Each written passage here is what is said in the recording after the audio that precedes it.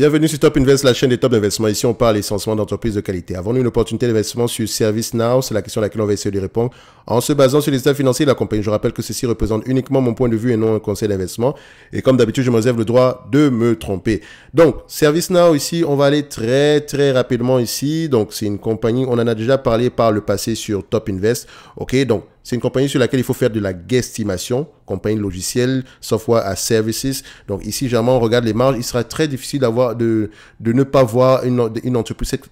Cette entreprise avait près de 20 à 30% ici de marge bénéficiaire nette. Donc faites très attention ici. Donc c'est vrai que sur ce genre de business, si on regarde également si elle peut s'auto-financer. Et pour le moment, c'est le cas. Mais je vous ai toujours montré une chose ici. Les EBITDA sont peut-être positifs. Mais vous allez voir ici que les free cash flow sont peut-être positifs, mais vous allez voir que free cash flow est plus élevé que EBITDA. C'est pas normal. Il y a énormément de stock-based compensation ici.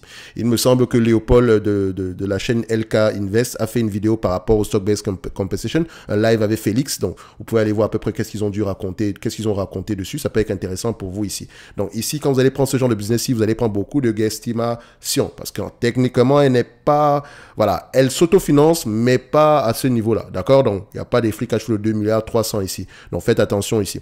Mais ça ne veut pas dire qu'elle ne peut pas les atteindre réellement. Donc ici, on va utiliser beaucoup de guesstimations. OK? En me basant ici sur l'attente des analystes d'ici 2027, on s'attend à peu près à des marges de 23 à 25% ici. OK? Donc, on va extrapoler un tout petit. Parce que c'est assez possible qu'elle arrive à ces niveaux-là. OK? Donc, disons, on est en 2027. D'accord, 4 milliards 454, techniquement, il faudrait actualiser ce 4 milliards 454 là, mais on va se dire qu'ok, on garde l'entreprise jusqu'à cette période-là. Extrapolons un tout petit peu, 4 milliards 454 fois 25 fois les bénéfices. Elle peut s'échanger 25 fois les bénéfices parce que vous remarquez qu'au-delà de cette période-là, on s'attend quand même à une croissance alentour de 10% par là. Donc, ça peut être intéressant. Donc, ici, 25 fois les bénéfices, c'est possible.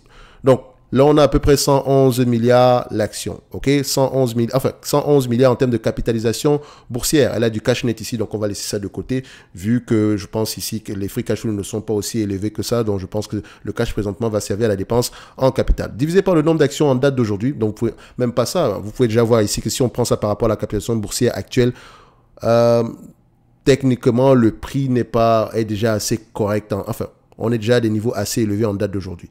D'accord? On est déjà à des niveaux assez élevés. Sauf maintenant si les marges sont au-delà de 25%. Et c'est pour ça qu'il va falloir surveiller les free cash flow. Parce que vous avez vu ici que les free cash flow, les net income, on était à peu près à 4 milliards, on était à 4 milliards 400 par là. D'accord? 4 milliards 400. Et en termes de free cash flow, on sera aux alentours de 5 milliards 656, toujours à la même période.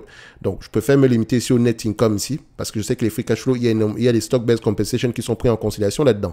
Donc, il faut faire attention à ça. Donc, pour ce business-ci, je dirais le prix actuel par rapport au nombre d'actions ici, ça donne à peu près un prix de combien? On a à peu près 205 millions d'actions. Donc, je divise ça par 0.205. On a à peu près un prix aux alentours de 543 $. D'accord? Donc, maintenant, si les marges sont plus élevées, tant mieux. Si la croissance est plus élevée que ça, tant mieux également. Mais aujourd'hui, n'oubliez pas, on achète une compagnie de croissance à un prix qui n'implique pas la croissance. OK? Donc, si je devrais l'acheter en date d'aujourd'hui, extrapolons un tout petit peu. Prenons à peu près ce qui est les bénéfices nets attendus ici en 2023. OK? Disons même 2024. Admettons. OK? 2024, ici, on s'attend à peu près à 2 milliards 587. D'accord? On va faire simple. 2,587 par rapport à la capitalisation boursière actuelle, 1,16.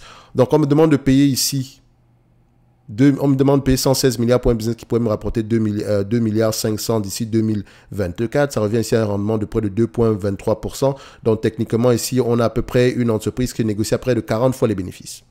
D'accord? Est-ce que c'est intéressant pour nous? Non, pas du tout.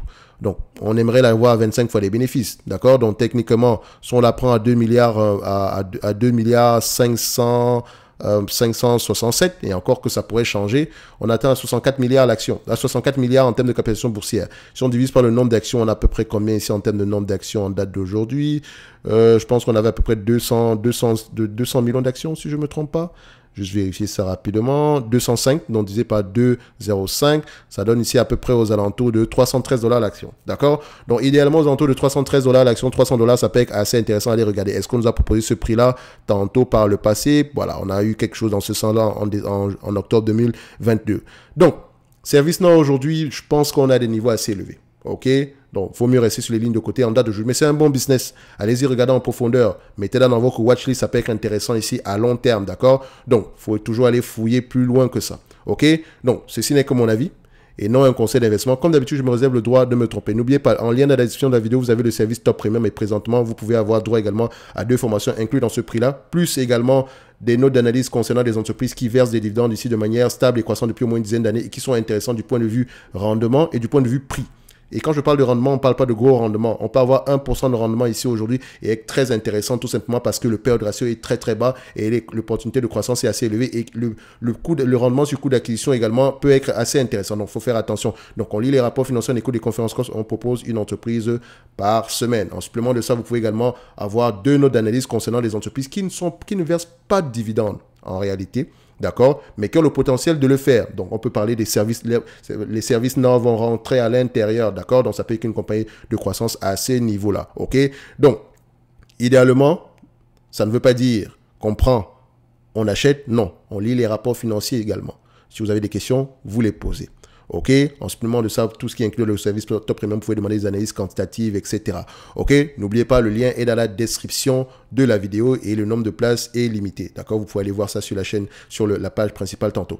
Donc, pour ServiceNow, le prix actuel, je pense qu'on va un peu rester sur les lignes de côté. Même si en termes de prévision ici, voilà, les analystes s'attendent à du 28% de croissance jusqu'en 2029 par là. Si on prend ce business-ci à 25 fois les bénéfices, on pourrait attendre à peu près aux alentours de 1 000 $. Mais je suis un peu mal à l'aise avec ça. OK? Donc, c'est toujours bien d'aller lire un tout petit peu plus que ça. D'accord? C'est bien de prendre la guesstimation ici, mais il faut faire très attention avec la guesstimation. Très, très attention. OK? C'est une arme à double tranchant. C'est assez dangereux de jouer avec, entre parenthèses. OK? Donc, il vaut mieux l'acheter à un prix qui n'inclut pas la croissance et pouvoir bénéficier pleinement de cette croissance-là. Et ne vous inquiétez pas, des exemples, il y en a. Nvidia vous a proposé cela. Tesla vous a proposé cela. Je pense également Adobe a proposé la même chose, Google a proposé la même chose, Meta a proposé la même chose, on peut citer encore plus que ça. OK? Oracle également a proposé la même chose. Aujourd'hui, Téléperformance, que vous n'aimez pas, vous propose également la même chose. OK? Donc, une entreprise de croissance à un prix qui n'implique pas la croissance. Faites toujours attention, ne l'oubliez jamais. OK? Donc maintenant, si vous décidez d'aller au-delà de cette règle-là, n'oubliez pas qu'il faut vraiment, c'est par rapport à vos connaissances sur le secteur d'activité. D'accord? Faites attention. Dans tous les cas de figure, on se donne rendez-vous sur la prochaine vidéo et d'ici là, portez-vous bien. Merci.